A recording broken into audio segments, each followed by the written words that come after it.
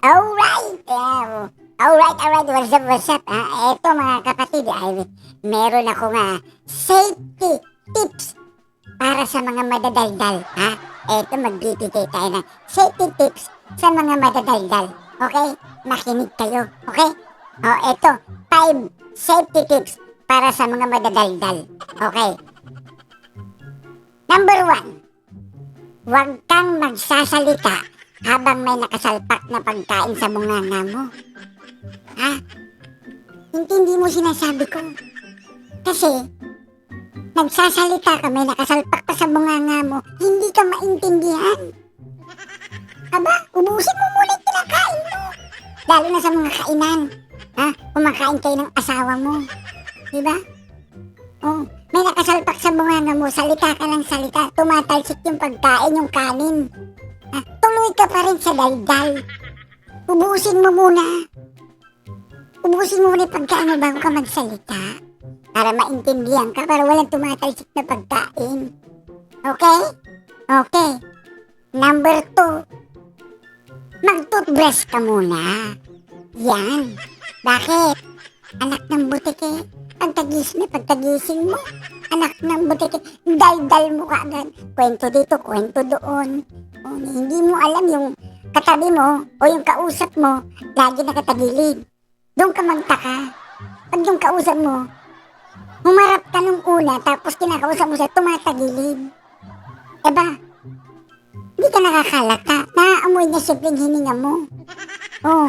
Kahit sa hapon, kumain ka, may kinain ka, malansa.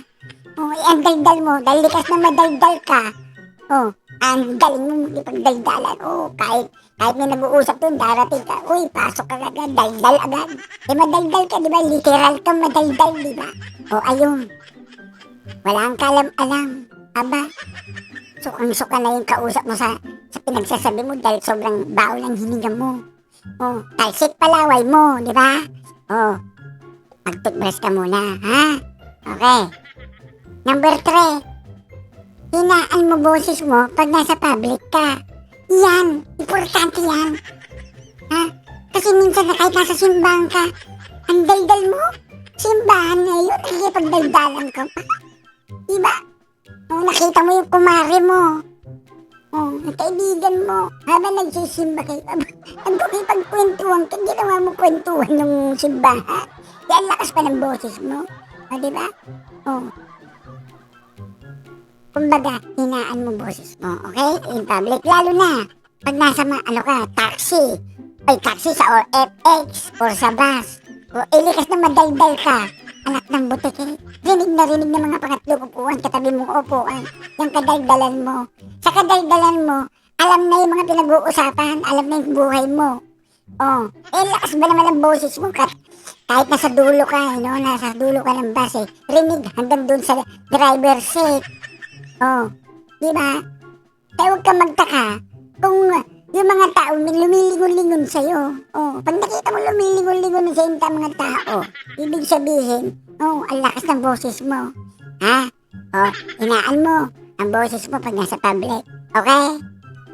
Number 4, lagyan mo ng oras ang pagdadaldal mo. Diba? Kasi, grabe ka. Full time yung pagdadaldal mo. Diba? Gawin mo. Lagyan mo ng shift yung pagdadaldal mo. Morning shift. Diba? Evening shift. Diba? Anak ng butike, full time ka, 24 hours. 24 hours yung kadaldalan mo. Basta gising ka, ang daldal mo. Promise. Diba? Walang humpay. Sobrang daldal mo. Hindi kita pinipigilan. Kasi career mo na yun. Yan ka na diba? Lagyan mo naman ng oras yung pagiging madaldalero mo, yung pagiging madaldalera mo. Diba? Gawin mo, morning shift, evening shift, diba? Para okay. Ito, last, iwasan mong mga labit habang dumadaldal ka, anak ng butike. Ang daldal mo Dahil sa kadaldalan mo, pati kamay mo sumasabay. Diba? Kung ilang beses ka nagdadaldal, ilang beses mo sinisingit yung kwento mo, nakakailang kalabit ka, kulang na lang magkakalyo yung balikat o yung nung kinakalabit mo dahil sa kadaldalan mo, paulit-ulit ka kalabit. O, di ba? Iwasan mong mga labit habang nagdadaldal. Anak ng butiki naman. Ha? O, kahit saan ka magpunta, pag nagipagkwentuhan ka, lalo't hindi mo kilala, aba kinakalabit mo. O, di ba? Ano kayo, takaw attention ka. Sobrang daldal mo. O, dahil madaldal ka. O, anong ginagawa mo? O, ay. Kalabit ka. Ay, anak ng butiki naman. Dumadaldal ka na nga, nangagalabit ka pa. Oo. Diba? Ngayon, ito ang advice ko sa'yo. Diba? Yung mga safety tips ko sa'yo. Kasi ikaw, kaya kita binibigyan ng mga safety tips na ganito kasi nga, literal na madaldal ka na. Gifted ka. Ha? Kakaiba ka. Ikaw lang ang meron yan. Talent mo yan eh. Diba? Kaya, ituloy mo lang yan. Maganda yan. Promise. Okay?